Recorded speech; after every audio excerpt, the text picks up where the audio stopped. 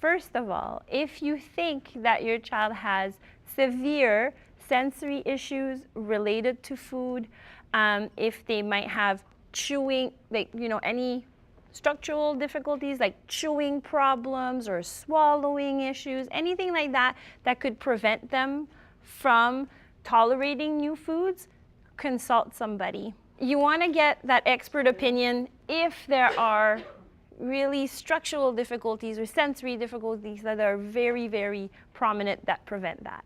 That said, there's kids who are just picky eaters, right? And a lot of them are not even on the spectrum. So sometimes it can be a behavior issue. They don't want to try new food. It's like trying something new. You were going to say, yeah? It's anxiety. Yeah, it's anxiety. So it's related to anxiety. It's a transition. So you have to treat it that way. So the way we do it is we do gradual exposure. So you pick, and when I say gradual, I mean gradual with some kids. It can be just, it's in the house, so it can be like that. It's in the fridge. We talk about it. For some kids, it can even be that much. With others, it's seeing mommy and daddy eat it. That might be your starting point. So when they see you eat it, they don't freak out. Yeah, step one, you mastered step one. So then what's the next step? It's on their plate, but you're not asking them to do anything. So that's step two. So sometimes that one step can take months. Sometimes it can take a couple of days and you can move to the next step. What I say though is I try not to go back in the steps. So I try to move forward as much as I can. And again, you deal with this anxiety issues related to it. It's okay. It's all right. In our house, we eat broccoli, so things like that. I also use, for this instance, I use a lot of external reinforcers. So not just, hey, we're trying a new food because it's fun. It's not fun for them. There's no internal reinforcement for this. So a lot of the times I'll use the first and then. So first, you're gonna lick the little pea, and then you can have ice cream. So you can use that way. So the preferred food comes after. That's a really powerful reinforcement because they will get their preferred foods. Some of our friends though, that doesn't work. Fine, I'm not gonna have the ice cream. I don't want it anyway. So you have to be more creative in what you're gonna use in your reinforcement. But basically what you wanna do is you wanna have little increments of exposing them to it. I don't believe in forcing or force feeding a child something they don't like, but you can still be firm about you want them to try it, so you can still be firm about it. So, and if they don't want it today, they might want it tomorrow. That can change too. So sometimes it's also a gradual exposure and repetitive exposure. Usually I always say too, don't introduce 5 different things at once. That's difficult. So a lot of the time I'll say, okay, what does he like to eat? So he only eats round white foods.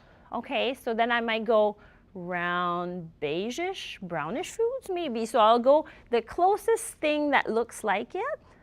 It can be about appearance if that's what we think the problems are, or the closest texture.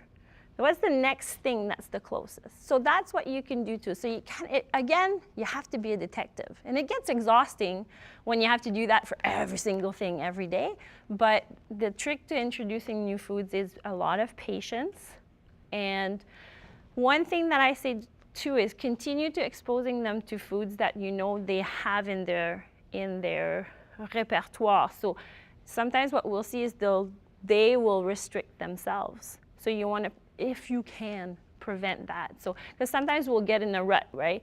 Oh, we used to feed them broccoli, and then broccoli wasn't on special anymore, and then we stopped buying it, and I forgot about broccoli altogether for 3 months, and now he won't eat it. So that can also happen. So sometimes a little bit often will help with that. I hope that helps. Lori? I was just going to say it's really important also in the assessment, like to have an assessment, because there can be underlying oral sensory issues, we know that. But over a long term, oral sensory issues actually develop into oral motor problems because the child's not using their tongue and the insides of their cheeks the way they would because they don't like the feel of the side of their tongue against their cheek, etc. The other piece that has to be ruled out is underlying medical conditions. So sometimes these little guys with their low tone can have underlying reflux management problems. And reflux, of course, can contribute to the dropping of food. So I love goldfish crackers, and then I eat them and I tasted it and it hurt in my throat, and now I'm not eating those anymore.